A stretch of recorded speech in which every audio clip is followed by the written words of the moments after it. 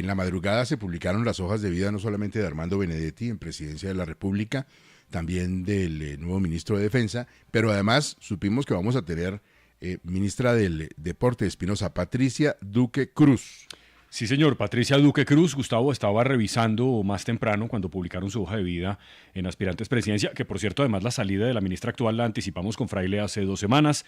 A mí me llamaron del ministerio a negar que eso fuera a pasar, pero pues ha pasado. Y yo le dije a usted, eso es de AP Cuello, Es y correcto. entonces ella se puede querer quedar, pero él dijo que no. Sí, él dijo que no, es así, y ahora la nueva ministra del Deporte, la doctora Patricia Duque Cruz, tiene experiencia solamente en un asunto, con el asunto distrital, cuando trabajó en la Bogotá Humana, en la alcaldía del entonces presidente Petro, en el IDRD. Pero O sea, experiencia en deporte porque estuvo, creo que en el Consejo y la personería también. es correcto. Pero en deporte solo ahí. Solo ahí, solo en el Instituto de Recreación y Deporte de Bogotá. Y también, Gustavo, me dicen que pasó por la Superintendencia de Servicios Públicos como superintendente durante casi 4 años, durante el gobierno del presidente Santos, y que en aquel momento también ese cargo, ese cupo, se le dio a don Ape Cuello. Es decir, que el ministerio, Sí. él lo mantiene. Yo le digo porque sé. Sí. Bayuna.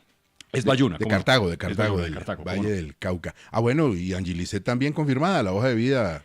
Sí, Fraile. señor. Angilicet Rodríguez Fajardo, la nueva directora del Departamento Administrativo de la Presidencia de la República, una mujer de todo la confianza y el corazón y trayectoria del ministro de Salud, Guillermo Alfonso Jaramillo. Venía de trabajar allí con él, y pues en su hoja de vida sí aparecen bastantes cargos públicos en el Senado, en la Contraloría de Bogotá, en el Consejo, en el Ministerio del Trabajo, en la Secretaría de Gobierno en la época en la que Guillermo Alfonso Jaramillo fue secretario de Gobierno en la alcaldía de Gustavo Petro. Es administradora pública y pues tiene especialización en gestión pública. Su tarea va a ser precisamente esa: gestionar la agenda del presidente Petro, ver que los ministros se puedan reunir con más frecuencia con él y ver cómo desarrolla sus tareas. Ahí estaba Laura Sarabia, Gustavo, los ministros lo han dicho y lo han repetido hasta el cansancio, que tenía aislado al presidente Petro. Vamos a ver si ahora se pueden reunir con más frecuencia Ahí con viene, él. le tengo otro dato. Entrevistamos muy temprano al contralor Julián Ruiz, contralor de Bogotá, sobre el asunto de las deficiencias en las cámaras de seguridad y en los contenedores de basura. Patricia Duque, asesora del contralor. Ay, para que usted vaya haciendo ahí la hoja de vida. Con lo de la ministra del Deporte, Hernando y Ape Cuello, saltan cosas del pasado al recuerdo, ¿no? Sí, fíjese usted que nuestros políticos no dejan de sorprendernos. La familia Cuello, también cercana a todos los gobiernos porque les fascina y saben dónde estar en los momentos propicios, también lo estuvo y muy próxima en ese momento al gobierno del expresidente Uribe Vélez. Por aquel entonces el hermano de Ape Cuello se desempeñaba como superintendente de notaría y registro, y bueno, por irregularidades en lo que hace de la gestión de esa entidad, fue en ese momento condenado. Pero bueno, ellos tienen una gran capacidad de resiliencia. Vamos al escenario de Gustavo Bolívar entonces, y las declaraciones en las últimas horas de que pues está en su cargo, de que está pensando qué va a hacer, pero que tiene altas probabilidades de lanzarse a la presidencia. ¿De qué depende, Sebastián? Depende, Gustavo, de una serie de conversaciones que tenga el aún director del DPS, Gustavo Bolívar, con cercanos, pero principalmente con el presidente Petro. Comenzó explicando que él presentó su carta de renuncia hace 2 semanas, pero que aún no tiene una respuesta del mandatario. Sí, tengo una carta de renuncia radicada en presidencia, pero no es nuevo, esto fue hace 2 semanas, es decir, desde el 10 de febrero el presidente de la República tiene en sus manos mi carta de renuncia, solo que a la fecha no he recibido todavía una respuesta de su parte. El ex senador y ex candidato a la alcaldía de Bogotá explicó por qué son altas las posibilidades de que se lance y de qué depende entonces. Y de esa respuesta depende mucho la segunda noticia que anda circulando, de si seré o no candidato presidencial. La probabilidad es alta, les soy sincero, especialmente por los resultados de las encuestas. De todas maneras, lanzar una candidatura presidencial es algo muy serio. Yo tengo que hablar con mi familia, tengo que hablar con asesores, que tengo amigos también de la vida. Sin embargo, como les acabo de decir, dependo también de esa charla con el presidente de la República, que se tendría que dar sí o sí estos días. Todo a su tiempo fue el mensaje que entregó Bolívar ante esta posibilidad de lanzarse a la contienda electoral del próximo año. Dijo que su carta de renuncia está firmada para que se efectúe a partir del 5 de marzo, pero que si el presidente lo requiere, él podría quedarse más tiempo en el gobierno. Bueno, y tiene que ganar la consulta del pacto, ¿no? Eso es lo primero que tiene que ganar. Él tiene ahí gente que lo ha apoyado, por ejemplo, la exministra de Salud, Carolina Corcho, que fue súper importante su campaña a la alcaldía, pero pues en la campaña a la alcaldía le fue muy mal. Pero hay un par de encuestas, Gustavo, las internas que hace el pacto histórico, y hay dos recientes, la de Guarumo y la de Ecoanalítica, que lo ubican de segundo en la intención de voto, con un 11.9% para las presidenciales.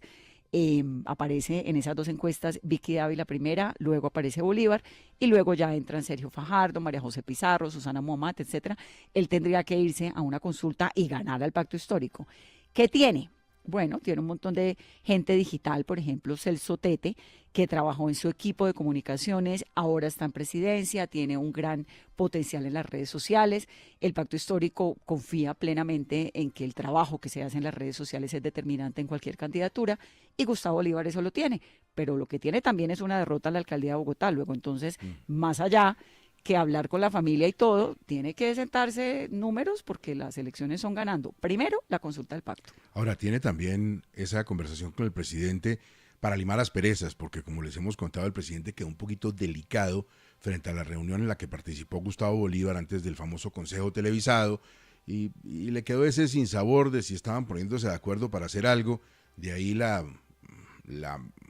declaración de amor tan contundente durante el consejo, porque Bolívar sabía que el presidente estaba un poquito delicado de genio, pero nada que no se pueda arreglar conversando, Fraile. Claro, Gustavo, pero además, mira, algo que a mí me ha llamado la atención es que Gustavo Bolívar llegaría a esa consulta que menciona Vanessa siendo el que dijo Petro. Gustavo Bolívar en todos los escenarios ha dicho, si el presidente me dice que me lance, yo me lanzo. Yo me quedo en el gobierno hasta que el presidente me diga.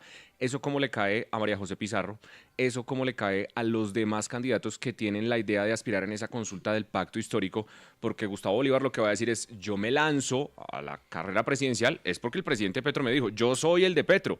En esas condiciones, esa puja política dentro del pacto histórico va a estar bien compleja. Pero sabe que María José la veo muy dedicada al asunto Galán. Bogotá, sí. De día y de noche lo atiende, de día y de noche. Entonces, pues ese podría ser el escenario. Ojo, Vanessa, que Guarumo y Ecoanalítica me dicen es la misma encuesta. Es una sola. Guarumo, Ecoanalítica, sí. De Guarumo Pero, y Ecoanalítica, exacto, sí. es Bueno, y a la esa métale las internas de ellos. Ah, A ellos claro. los está midiendo mucho el Centro Nacional de Consultoría por dentro. Es el gran medidor del pacto histórico por dentro. Y la verdad, pues es que en todo en ese naipe que no es tampoco tan amplio, porque ahí está Susana Muhammad, está Corcho, que Corcho es muy preferida por el presidente también, está María José, que obviamente es una ficha muy importante, pues Bolívar marca bien, les marca bien a ellos. muy bien. Hernando, ¿cuándo son las fechas de estas consultas? ¿No? ¿El Consejo Nacional Electoral ya determinó todo ese asunto o no? Sí, y lo hizo de manera muy reciente, precisamente ayer en las horas de la tarde, Gustavo. Las consultas internas de los partidos serán el próximo 26 de octubre. En esa resolución, además, también no solo se fijó esa fecha, sino que se dijo por parte del Consejo Nacional Electoral que los partidos y movimientos políticos deben notificarle a ese ente su interés de hacer esas consultas antes del 26 de julio de este año. Con eso empieza en firme el calendario electoral, adicionado a lo que ayer nos comentaba el registrador sobre las elecciones este año atípicas y desde luego las ordinarias que se van a dar el próximo año en lo que hace de las de Congreso y las presidenciales. 26 de octubre entonces es la fecha clave para ese ejercicio, Gustavo.